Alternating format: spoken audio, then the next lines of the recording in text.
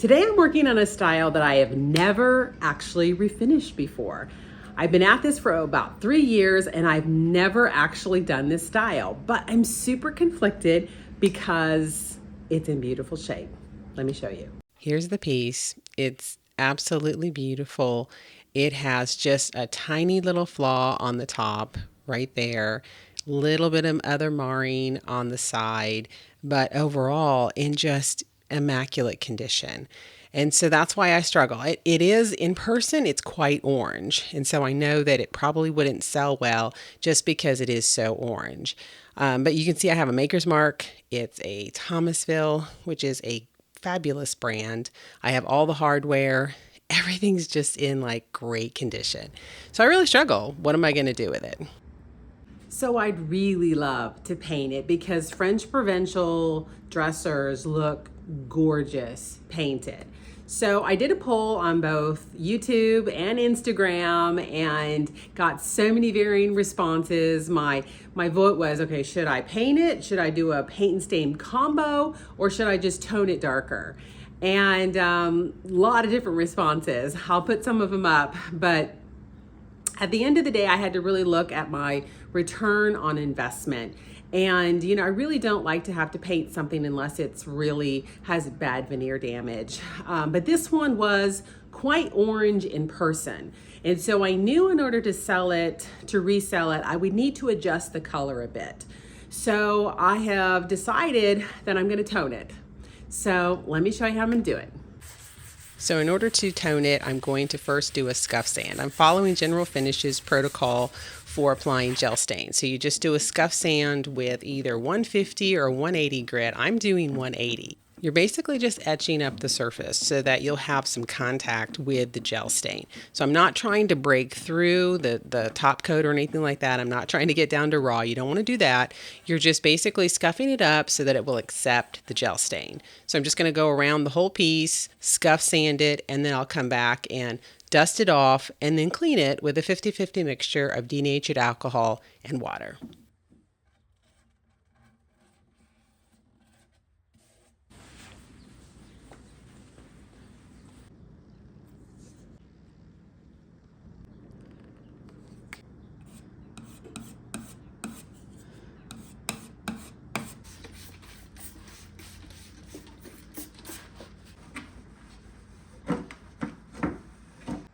One little extra thing I like to do is I like to clean my pieces right before I apply the gel stain with some liquid sandpaper. It's not really necessary on all pieces, but I like to use it just kind of on the curved areas, especially just to make sure that I've really etched up that surface, because sometimes it's hard to get on those curved areas with the sandpaper. So that's just a little bit extra insurance.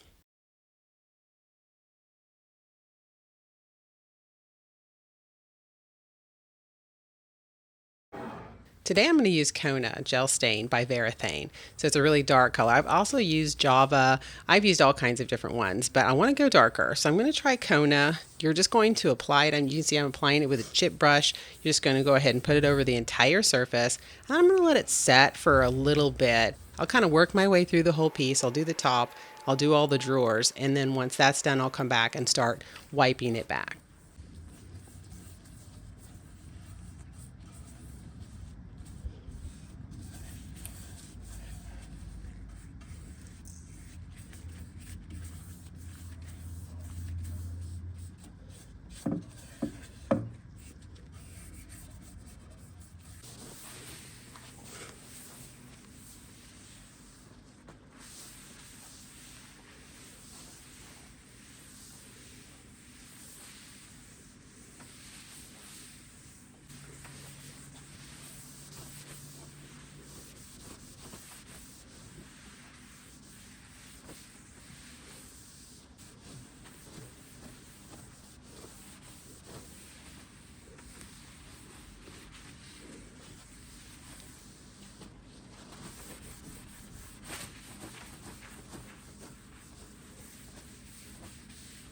When I put my first coat on, you can see some of my sanding marks. So I came back through with 220 and really evened it out, because you can see the sanding marks underneath gel stain. So I smoothed it all out and then I did another coat. And this morning it looks really good. And it'll even look better once I put my top coat on. So now I'm trying to decide, do I like this tone or should I go even darker? I'm seeing this is the one coat of Kona. This is the original. So it's not a huge difference, but you can tell it's really just cutting a little bit of that orange. So I don't know, I have to think about it.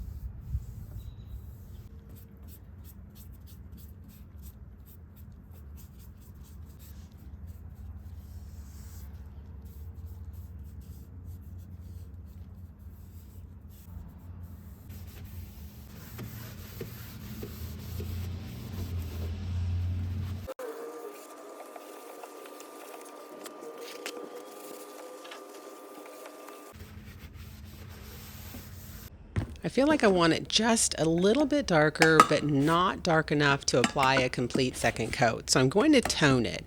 And in order to tone it, you can use several different ways to tone it, but I'm using a water-based dye stain by General Finishes. This is in medium brown, and I'm going to mix it with my top coat. You can do up to about 10% of the dye stain into your top coat. So I'm doing 1 cup of the top coat, and I'll end up doing about 2 teaspoons, and I'm just going to kind of test it. A lot of times I'll test it based on the color that I'm looking for. So it's a little bit darker than I like a caramel color, and that's what I'm looking for. So you can go as dark or as light as you want, but sometimes I just kind of like to test it, and then if I want it darker, I can just add more.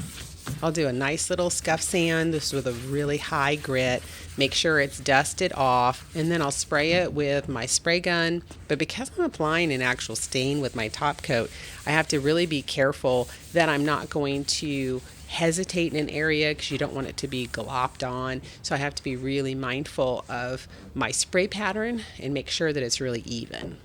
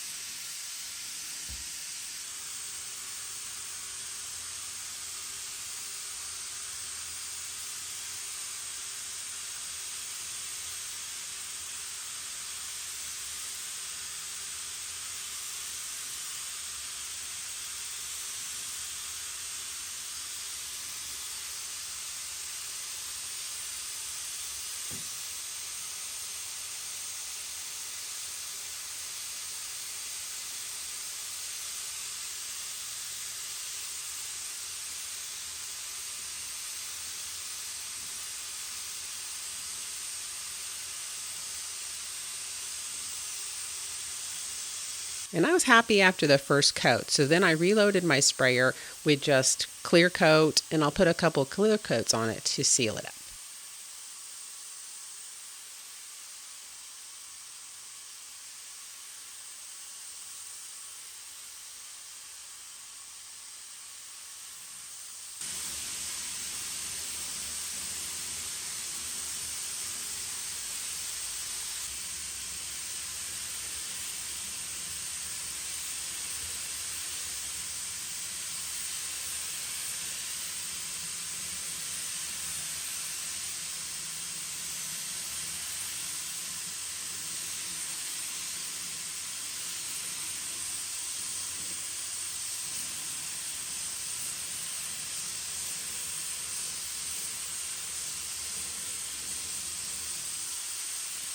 To clean up the hardware, I'm boil some water and I'm going to add some vinegar. Then I'll put all of my hardware in there for a soak. And then after it soaks, I will clean it with a little bit of Barkeeper's Friend and some steel wool. Now it polished up pretty good, but I want it to be really bright and shiny. So after that's all dried, then I'm going to come back with my favorite gold spray paint. This has flecks of gold leaf in it, and I'm just going to brighten them up a little bit.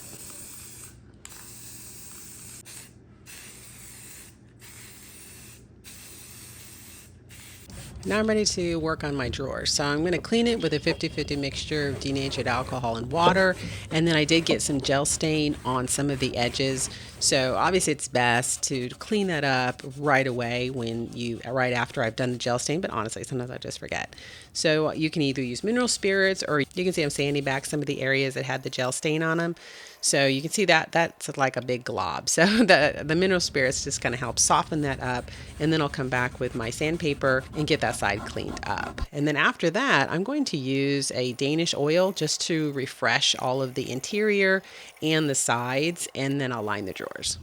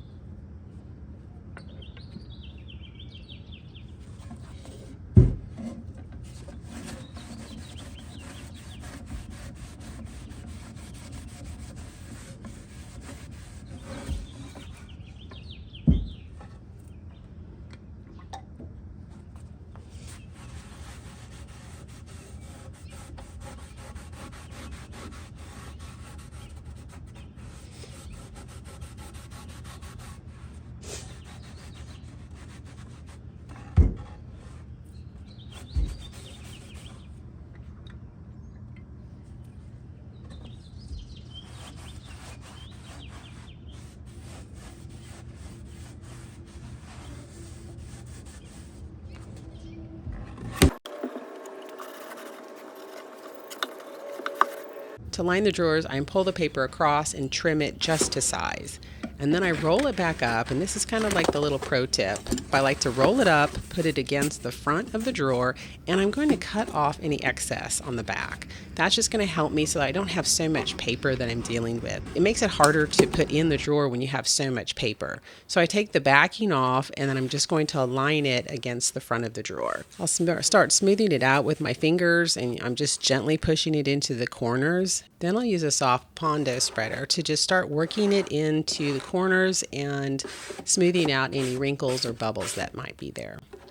And then after that, I'll come back with a wallpaper spreader, and then I'll really get it into the corners with that. And then I'll be ready to trim it with my X-Acto knife.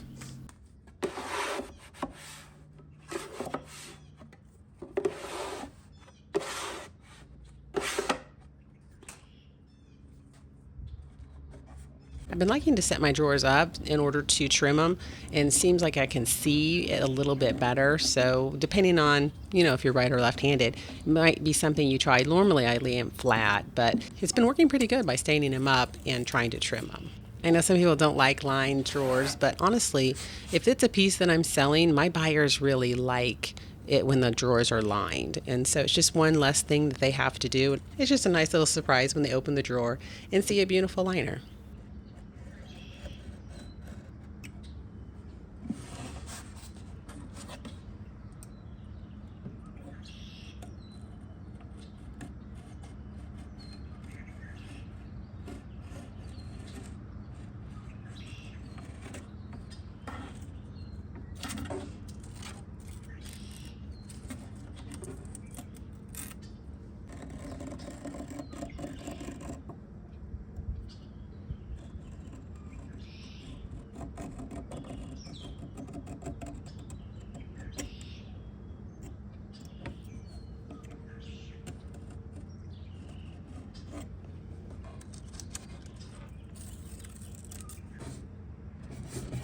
Okay, let's look back at the before.